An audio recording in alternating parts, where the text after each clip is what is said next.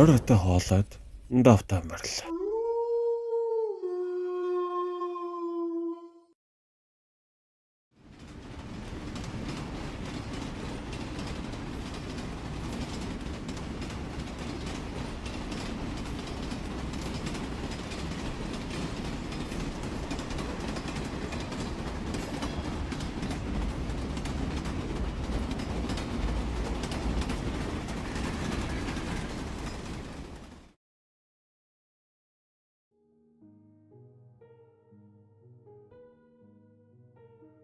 Зохиолыг бичиж дуу оруулсан Цодгүй. Шөнийн галт тэрэг 1-р хэсэг. Хотын хөдөлгөөнд дундуур явган замыг ширтэн дааш их л өтөр гунигтай алхна. Хаашаа хүрэх нь ойлгомжгүй одоо болоод байгаа асуудлаас хэрхэн зүгтгаа эс мэдэн гараа карманда хийж алхаж явна энэ юм. Хайртай эмэгтэйгээс алчихсан. Салах гэжтэй араар нь хуурсныг сайн мэдээд гэрийнхээ хаалгыг зөөлөн хаагаад өвлийн шөнөөр хүл нүцгэн гарчээ. Эхэл яарсан учир гарт таарсан хөрмөө нүмерч аваад дайралцсан зүгүүрүүгээ алхсан гэмсэн чи. Төөний их нэрийг халиуна гэх ба алгнууд нь тормолцсон хөөхөн бүсгүй байж. Уулын ч даш ирвэх дэрвэхээр ажиллаж түнд байдгаа барьдаг байсан ч дэндүү хартай нь түүхтэй байдаг байлаа. Хаяа нэг хардахдаа гар хурчигдаг. Хүрэхдээ бүсгүйг харахын эзэсгүй зодчихдаг байв. Энэ шүн нөхрийгөө ээлжийн ажлаасаа тарж ирэхэд нь салын хэмээн хэлэх гэж холын хамаатан дүүтэйгээ хүлээж байсан гэмсэн ч. Гадны хүнийг байлцуулсан нь учиртай. Хэрв надад сална гэвэл би чамайг ална шүү хэмээн сүрдүүлдгээс нь айсан хэрэг. Цагинч болж нөхөр нь нэрэхэд салгалж сандарсаар нүрээ халуудүүлгэн хийлийгснээ хэлж орхилоо. Нөхөр нь ч тэр үгийг сонссон ч өөр хүний хажууд байгаадаа ч тэр юм дууралгүй шуудхан гараад явж. Бүсгэн санаа намар нь хувцас унараа бэлдэн хөдөө байх аав ээж рүүгээ явхаар зэглэлээ. Шүнч нойрн хүрсэнгүй. Ингэсээр үүр цайлган галт тэрэгний буудлын руу явлаа. Хамаатныхан залуу орсны үдэн дээр ирээд гараад алчхад үг дууралгүй явчих. Халуунч гэр бүлийн асуудалтайгаа утгасан учраас ярих хүсэлгүй, хэлэх юм ч олдохгүй байгаа юм байна гэж бодсоор нэгч тоосонгүй яваад өгөв. Хотхноосоо гараад хагас буудал хэрэгтээ алхаад автобусны буудал дээр ирж зогслоо. Халаасанд нь байх утас хөнгөн нь жижирхэд гархан харуул нөхөр нь байлаа. Дууг нь хаагаад дэлгэц рүүгээ хэсэг харж зогсно. Ах уу байх уу. Бүсгүйг эргэлзэж байх хооронд дуудлага тасрав. Бодлого ахаад нэг. Хит дуудусны эцэст бүсгүй айцтайгаа нүүр тулахаар шийдэн уцаа авлаа. Байна уу? Харилцуурны цаанаас шивнэх ярих нь үл мэдэгдэх дуу гарлаа. Байна уу? гэж дахин итгэл муутай асуув.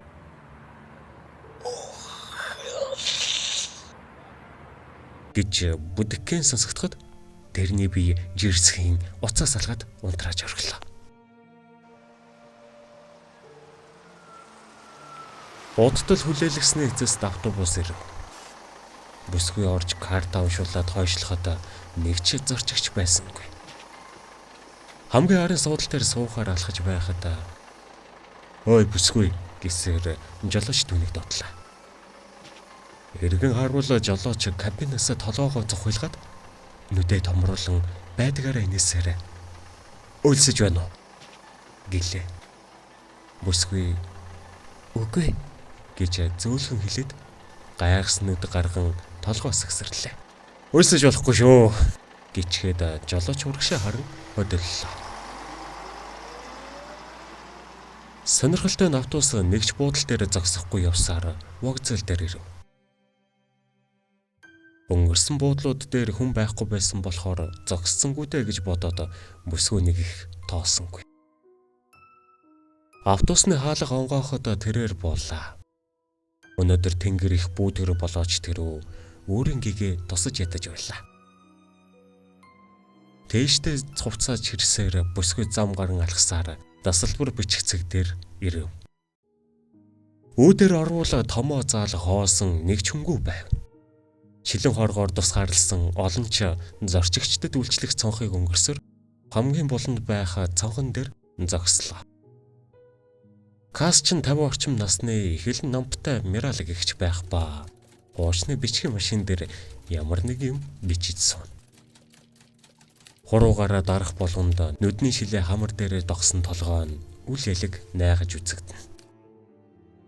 Сайн мэн өгчээ. Сайн. Тасалбар захиалах гэсэн юм.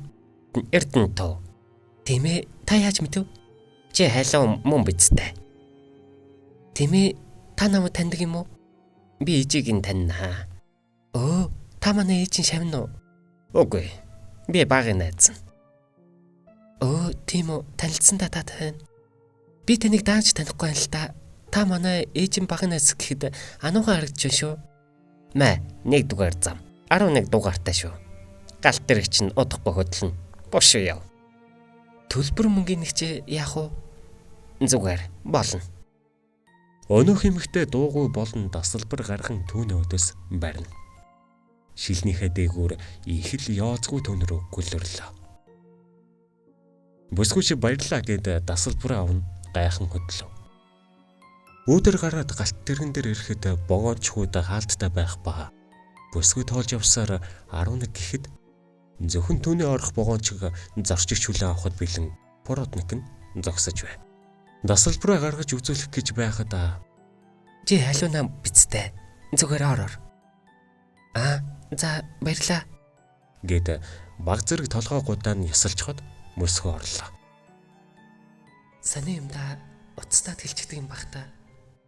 Дотроо бодно дасалбараа гарган суудлын дугаараа харахад өөрт нь бичиж өгсөн дасалбар нь дээр үед л ашиглаж байсан болов гэмээр бичгийн машинаар бичиж дугааруудыг нь балаар тэмдэглэсэн төмөр зам гэсэн улаан тамгатай муу туцаас байлаа. Сэрвэр нь тасраад гараар шивсэн байх та. Тэгээд л тийм хүн очлаа гэд уцаар мэдэгдээд хэлчихсэн байж. Мөн л нэг ихэн бодсонгүй явсаар 11-р судал дээр очиж суулаа. Өөрийн тийш гадуур хувцас зэрэгэ хураагаад төвхнөд суухад өөдөөс нь харсан судал дээр нэг охин суулаа. Сайн уу? Намайг халиун? Сайн байна уу? Чанцал. Хөөрхөн нэртэй юм бэ? Инээ хэлэхэд охин юм дууралгүй цонх руу ширтв. Буруу юм яриад айлын охин хүүхдийг ичээчих үү? Гимшингүү дотроо бодоод санаан зовсондоо уцаа гарган асаалаа. Лог нь гэрэлцээр утас асахад пинкодогийн түгжигээ гаргахад мессежний хонх дугарлаа. Орж уншвал нөхрөөс нь байв. Бичсэн зүйл нь үхтэл гэсэн ганцхан зурвас байлаа. Нөхрийгөө магадгүй амиа хорлоно гэж сүрдүүлж байгаа байх. Эсвэл жинхнээсээ байж магадгүй хэмээн бодсон ч түүнд нэг их хамаагүй байж. Ярагчингаас холдж ил байвал тэрний яах ийхийг сонирхохгүй болжээ. Удалгүй хүчтэй угзарсаар галт тэрэг хөдлөв. Бүсгүйч өнгөрсөн хийгээд ирээдүйн амьдралаа тунгаасаар замд гарлаа. Урдан суух охин чимээгүй цонхоор гүлэрсэн орл. Ихчийг авчлаарай миний дүү. Их чинь буруу зүрх юм ярьчихсан уу? Хариу дуурсангүй. Мэдрэл мотой юм бах та. Эйгүү юм бэ? гэж дотроо бодон түүний хэсэг сонжин суулаа. Шүн нойргон хонсон учраа дэсэлгүй нойр нь хүрэхэд хажуу тишийг ханаран хэвтээ дунтаадаг.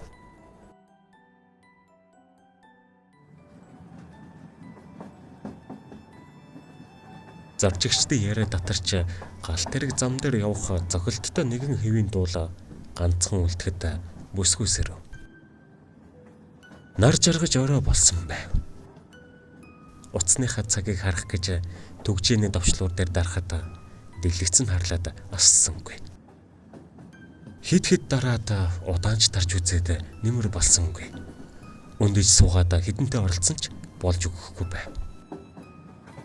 Бүтэн цэнгэлээд гарсандаа сони юм аа. Эвтэрчгсэн байх та гэд гарын хаалгаараа зохиж үзв. Хэсэг уцтайгаа үзэж тарж байснаа дургуун хүрсэн бололтой хажуу дэшээ хайчаад борсов. Нэг сүнэж аваад орчин тойрноо харахад өнөөх охин байхгүй байлаа. хаана юу юм болоо? Амдаа үгэлчгээд хажуу тасалгаа руу эргэллээ. Нэг өвгөн ганцаараа сууж байв. Төн рүү очин мэдлэв. Сайн байна уу? Сайн байна уу? Сайн. Өвөө бид одоо хаана явна? Нархан орж байна минь өхөө. За баярлалаа өвөө. Ганцаараа яваа юм уу минь өхөө? Тийм ээ. Өвөөтэйгээ хамт жоохон сууж буу халуултаа. За тэгье гэд өөдөөс нь харах суудал дээр суулаа. Хаанаас хаурч явна? Заа явж байна уу? Сайн. Та сайн явж байна уу? Би Эрдэнэт ороод тэндээс болгоо хүрнэ. Ямар ажлаар явна? Нутаг руугаа явж байна да. Та хаанаас хаурч явна? Өвөө дархан орох гэж явна. Тэнд амьдардаг юм. Өвгөнтэй олон яриа өрнүүлсээр сүулдэ ус төрлөө орох гэж байталаа. Жиш минь охин нам засгийн талаар хамаагүй ярьж болдгүй юм. Хан хүртэл жихтэй байдаг юм шүү дээ. Ярихад яавал гэжтэй. Бид хоёрыг ярьлаа гэд хин таавал гэж. Миний охин ахын насаараа тээвэрд явсан саятан жолооч. Хэр талд ганцаараа машиныхаа кабинч нам засгаа муулж явсан удаа байхгүй. Жи харда социалист бүтээн босголтоор улс орн маань цэцэглэн хөгжиж байгаа бицтэй. Дархны төмөрлөгийн үйлдвэр хийгээд хүчтэй захилгаан станцууд хөнгөн үйлдвэрүүд гэдэл энэ бүгд нам засгийн ачаар бий болж байгаа юм шүү дээ. Тэгэхээр хамаагүй ярьж болдгүй юм. Юун бүтээн байгуулалт хаана байгаа юм бэ? Та юу яриад байгаа юм? За хөгшин ахын чамтай яриа нийлэхгүй юм байна. Буцаад суудлал руугаа явдаа миний охин гिचгээд буруу хараад суучгав. Бүсгүйч бас нэг эрүүл бус хүнтэй таарч яаж гсэн галт тэрэгэн суучих вэ гэсэр өөртөөгөө ярин өөрийн тасалгаанд очин суулаа. Галт тэрэгний захаас Поротникийн дуулах 100-нд нүүрс хийхдээ зэрэгцэн сонсогдно. Тэрхүү чимээг чагнасаар бүсгүй дахин унтлаа. Хэсэг дуг хийгээд сэрхэд өнөөх дуунаас өөр чимээ үл гарна. Удаан гихч уйдгартай дуу, нүүр судах дуу бараг 1 цаг гарам сонсогдлоо. Яа, эн чинь ийм их нүүрс ордог зоох юм байх та. Ядаж байхад ямар ядаргаатай дуулдаг юм бэ? Бүсгүй өндөөцөн босоод Поротникийн зүг алхлаа. Дасалгаануудыг өнгөрөхөд 10 гаруй зорчигч унтаж байгаа харагдана. Поротник дээр очиход зуух руу буруу харан суугаад дуугаа илаад хутгуураар нүүрс гэж байлаа. Уучлаарай, та дуулахаа болж болох уу? Айгүй хэцүү байна. Болно. Гэхдээ би чамаас юм асууя. Юу юм? Чи үлсэж байна уу? Ийн асуухта тэрээр нүүрсээ тасралтгүй хутгаж хийж байв. Хажиргалтай тэгэж их хийчихэд байхад зуухан нүүрсэр дөрөв хүн дээр галанч дөрүлцэхгүй нэг хэвэн ассаар байв. Юу яах гэж байгаа? Чи үлсэж байна уу? Би хоол авахгүй байна. Би чамаас юм авахгүй. Чи үлсэж байна уу? Бүсгүй үнэндээ юм идээгүй учраас гидс нь хорж гинэж байлаа. Тийм ээ, жоох үлсэж байна. Очоод сууж бай. Би чам дээр удахгүй очно. За Гिचгээд бүсгүй иргэн хаалга нээн дасалгаар руу очих гэтэл гал тэрэг нэгч зорж өгчгүй байв.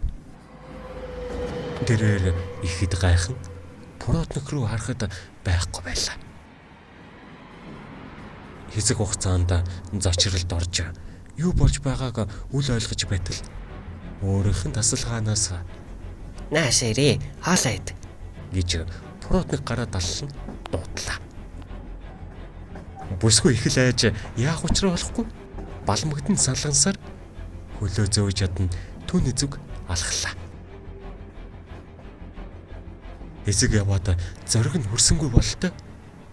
Буцаж иргэн зуух байх өрөөргүйсээр хаалхан нэхэд Породниктай нүр туллаа. Тэрээр гартаа тавг барьсан байх ба дээр нь түүхий илэг байлаа. Чи үлсээд байна гэсэн бидтэй. Майныг идчих. Өөдөөс нь тавгтайгаа сарвалаа. Үгүй. Амаа таглан хоёр нүдэндээ нулимс сэлгэнүүлэн толгоогоос гисэрсээр бүсгүй эргэн харан гүөх гэтэл нөгөө талд нь мөн л Породник тавгаа барин зогсож байхан тэр. Хаашаал харн Породник байна. Бүгдээрээ л зэрэг дугаар Ид гэж хэлнэ. Бүсгүй чихээ даран өвдөглөн чангагч нь үгүй намайг тайван орох гойж байна химэн орлоо.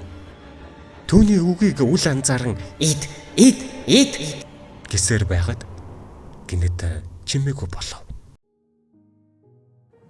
Бүсгүй чихнээсээ гараа аван удаанаар эргэж харвал олон Породник байхгүй болж ганцхан зогсож байлаа.